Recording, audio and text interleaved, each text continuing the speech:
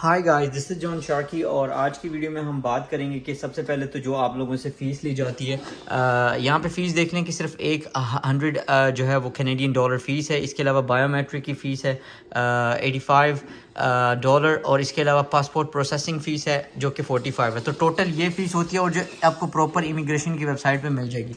Second रही बात, जो मैंने फ़िलिपीन वाली वीडियो बनाई थी, फ़िलिपीन, मोरक्को, थाईलैंड, उसका प्रूफ दूंगा। लंडे के जो लोग होते हैं ना, लंडे की एजुकेशन लेके जो बैठे हैं और जो लंडे का इंटरनेट और लंडे का मोबाइल यूज़ करते हैं, उन लोगों के लिए ये वीडियो मैंने बनाई है ताकि विद प्रूफ आपको बता सकूं कि किस तरह अगर आपकी वाइफ फिलिपीनी हो, थाईलैंडी हो, मोरक्कन हो और दूसरे कुछ 9 कंट्रीज़ हैं वो हो, तो आप जो है वो किस तरह से आप वीज़ा ले सकते हैं।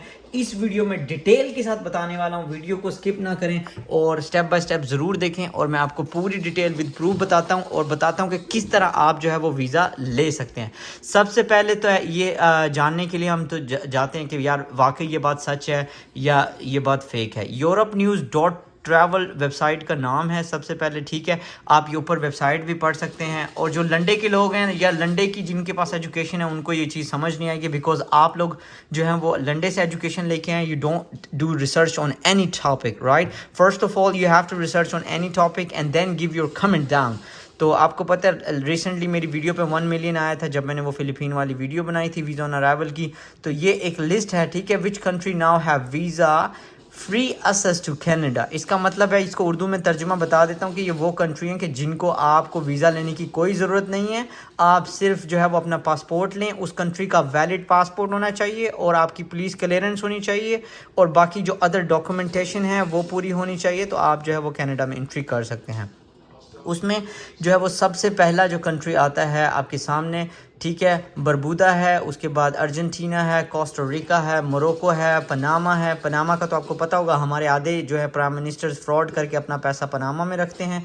फ़िलिपीन के बारे में सबको पता है, पाकिस्तानियों की स्वीट डिश है और जो दुबई, सऊदी, कतर, ओमान में रहते हैं उनकी एक आधी कहीं ना कहीं गर्लफ्रेंड फ़िलिपीनी ज़रूर रही होगी। तो आप उस चीज़ से फ़ायदा उठा सकते हैं। इसके अलावा नेविस है, लूसिया है, इसके अलावा विंसेंट है, फिर शैलीज है, थाईलैंड है, ट्रिनिडेड है, टोबैगो भी इसको कहते हैं, फिर यूग्रे है। ये कंट्रीज़ के नाम हैं। ये कंट्रीज़ के नाम हैं। इसके अलावा अब आते हैं टर्म एंड कंडीशन की तरफ, क्योंकि बहुत सारे लोग मुझे कहते हैं कि भाई आप जो है वो वीडियो आधी बनाते हैं। तो भाई मेरा मकसद होता है आपको कुछ इन्फॉर्मेशन देना, कुछ आप खुद से भी लें, मगर मैं इस वीडियो में मैं टोटल इतनी डीप इन्फॉर्मेशन दे देता हूं ताकि आप किसी और यूट्यूबर को देखने का मौका ना मिले। तो आप करना क्या है, आपको सबसे पहले अपनी जो, अगर आपकी ऑलरेडी वाइफ है वो लीगल वाइफ होनी चाहिए। एक वाइफ होती है जो मतलब छुपी छुपाई वाइफ हो, वो नहीं, लीगल अगर आपकी वाइफ है तो वो आपका स्पाउस वीज़ा अप्लाई कर सकती है। फिर चलते हैं कनाडा इमिग्रेशन की वेबसाइट के ऊपर। कनाडा इमिग्रेशन की वेबसाइट के ऊपर आप ये ऊपर पढ़ सकते हैं canada.ca। अगर आपने विजिटर वीज़ा लेना है तो यही वेबसाइट याद रखिएगा, canada.ca। इसके अलावा कोई वेबसाइट नहीं। इसके ऊपर भी जो है वो कह रहे हैं कि हमने अनाउंस किया है कि eligibility travel for 13 more country, यानी ऑलरेडी बहुत सारे कंट्री इनके लिस्ट में थे और जो है हमने कुछ कंट्रीज़ और ऐड कर दी हैं। तो 13 मोर कंट्रीज़ ऐड किए हैं जो कि क्वालिफाइड होंगे वीज़ा फ्री के लिए, ठीक है। 1 मिनट की वीडियो में मैं आपको नहीं बता सकता। ये जून 6 की जो है वो अपडेट है, ठीक है। अब उसमें वही 9 कंट्री के बारे में दोबारा बता दिया। अब टर्म एंड कंडीशन ये है कि यहाँ पे जो लंडे की एजुकेशन वाले लोग थे वो पूछ रहे थे कि यार टर्म एंड कंडीशन क्या है। टर्म एंड कंडीशन ये है कि आपके पास फ़िलिपीनी पासपोर्ट होना चाहिए या इन 13 कंट्रीज़ में से मोरक्को का, पनामा का, फ़िलिपीन का, थाईलैंड वगैरह का, इनमें से किसी कंट्री का पासपोर्ट होना चाहिए और आपका 10 साल का पहले वीज़ा लगा होना चाहिए। यानी पिछले जो लास्ट 10 ईयर्स गुजरे हैं उसमें से किसी में से भी एक का आपका जो है वो वीज़ा जो है वो गुजरा होना चाहिए, या आपकी जो वाइफ है या आपने, अगर आपके पास पासपोर्ट है या आपकी वाइफ के पास पासपोर्ट है तो उसने ट्रैवल किया हो। अब आप कहेंगे कि जॉन भाई अगर हमने पहले ट्रैवल किया हो तो हम अब खुद ट्रैवल कर सकते हैं, तो ज़रूरी तो नहीं हमें वीज़ा ऑन अराइवल मिल जाए। तो सेकंड इन्होंने जो कंडीशन दी है कि अगर आपके पास यूएस का वीज़ा होता है, जैसे कि B1 B2 वीज़ा, अगर आपकी गर्लफ्रेंड के पास या वाइफ के पास वीज़ा है और उसके पास पासपोर्ट है इन 13 कंट्री में से किसी भी कंट्री का, तो वो जो है वो ट्रैवल कर सकती है इजीली कनाडा के लिए, कनाडा उसको वीज़ा ऑन अराइवल दे देगा। जब इमिग्रेशन पे चेक करेंगे तो उसके पास यूएस का वीज़ा होगा या फिर उसके पास कनाडा का लास्ट 10 ईयर का वीज़ा होगा। इस बारे में लाखों लोगों ने वीडियो बनाई है। मगर जो है ना, लंडे के जो सोच वाले हैं वो वहाँ पे जाके पूछते हैं कि यार ये कैसे हो रहा है, ये झूठ है, ये फलाना है, ये धमाका है। तो 10 साल का यूएस का वीज़ा लेना बहुत आसान है। It's not that much hard. हाँ, ये हार्ड है पाकिस्तानियों के लिए, फिलिपीनियों के लिए। There is a very less term and condition. आप देख सकते हैं बहुत सारी वीडियोस लोगों ने इसी बारे में वीडियोस अब बना दी हैं, ठीक है। तो ट्रेंड सेट करता हूँ मैं, सिर्फ एक वीडियो बनाता हूँ, उसके बाद जो है आपको पता है उसके ऊपर वीडियोस बनना शुरू हो जाती हैं। अब मैं इसका आपको ईजीली तरीका बताता हूँ कि अगर आपकी गर्लफ्रेंड, वाइफ या जिसके पास पासपोर्ट ऑलरेडी है वो किस तरह से यूएस का वीज़ा लेंगे। It's really easy. देखें, हम पाकिस्तानियों के लिए यूएस का वीज़ा लेना थोड़ा सा डिफिकल्ट है। क्यों? क्योंकि हम लोग मारते हैं हैंकी पैंकी, ना हमारे पास ट्रैवल हिस्ट्री होती है, ना बैंक स्टेटमेंट होता है, और हम लोग समझते हैं कि बस इंटरव्यू बेस्ड वीज़ा जाके चले जाओ। बट ऐसा नहीं होता। जब इमिग्रेशन ऑफिसर आपसे क्वेश्चन पूछता है, उसके पास लैपटॉप में आपका पूरा डाटा होता है, आपके पूरा रिकॉर्ड होता है। और ये जो चीज़ें मैं आपको बता रहा हूँ, I am not a immigration lawyer, ये मैं अपने पर्सनल जो है एक्सपीरियंस बेस्ड बातें आपको बता रहा हूँ। जो आपके सामने, आपने जितने कंट्री में ट्रैवल किया होता है, आपका इंस्टाग्राम, आपका फेसबुक, आपका व्हाट्सएप, सब चीज़ का डाटा वो जो इमिग्रेशन ऑफिसर होता है वो वहाँ पे सामने उसका खुला होता है। और वो आपके वीक पॉइंट्स और आपसे पूछता है कि आप किस कदर झूठ बोल रहे हैं और किस कदर सच बोल रहे हैं। ऐसा भी होता है, लोगों के पासपोर्ट लोगों ने फाड़े होते हैं, फेक पासपोर्ट, क्योंकि हमारे पाकिस्तानी हैंकी पैंकी बहुत करते हैं, इसलिए वीज़ा नहीं लगता। तो लंडे की सोच वाले वीज़ा के बारे में बिल्कुल ना सोचें। मगर अगर आप अपनी वाइफ का वीज़ा, जैसे फिलिपीनी है, थाईलैंड या मोरक्कन है, उसका D160 अप्लाई करेंगे, तो मैं आपको उसका भी बता देता हूँ D160 कैसे अप्लाई करना है, विच इज़ वेरी ईजी।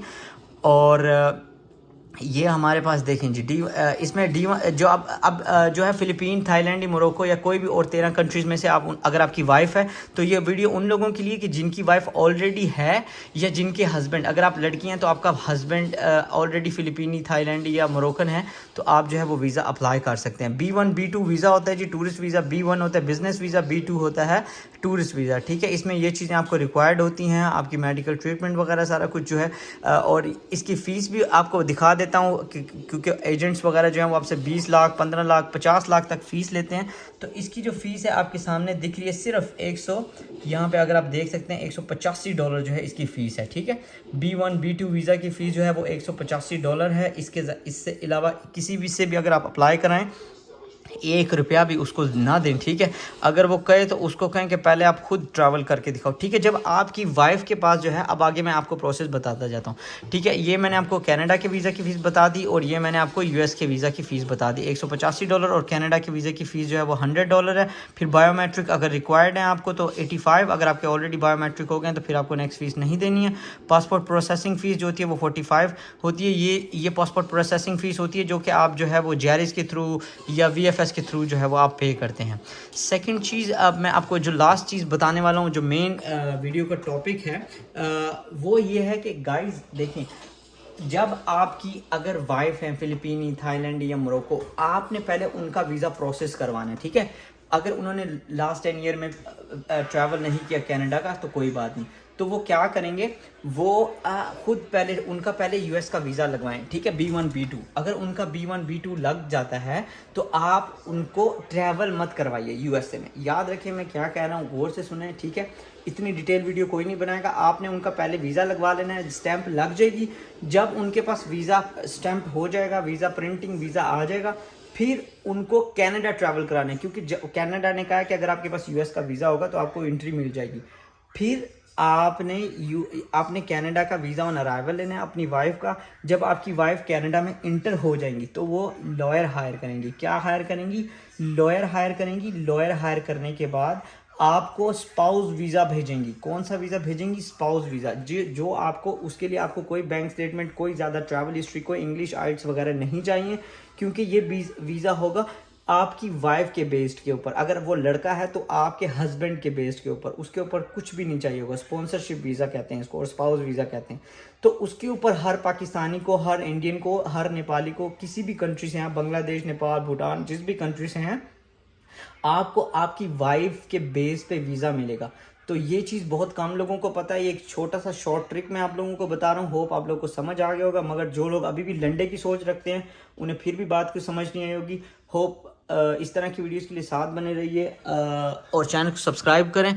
और आप जिस भी कंट्री से देख रहे हैं, जिस गांव से देख रहे हैं, ज़रूर अपने गांव का नाम लिखें। हमारे पास यहाँ पे बज रहे हैं 12:15 और शाहजी गेम खेल रहे हैं। इसके अलावा जो है आपसे क्या कहते हैं, मज़ीद वीडियोस के लिए हमारे साथ बने रहें। अपने गांव का नाम ज़रूर लिखें, शहर सिटी जिस जहाँ से भी आप देख रहे हैं हमारे ज़रूर लिखें। और बस, और YouTube TikTok हर जगह से फॉलो कर लीजिए इस तरह की वीडियोस के लिए। थैंक यू सो मच, आप लोग का बहुत बहुत बहुत शुक्रिया।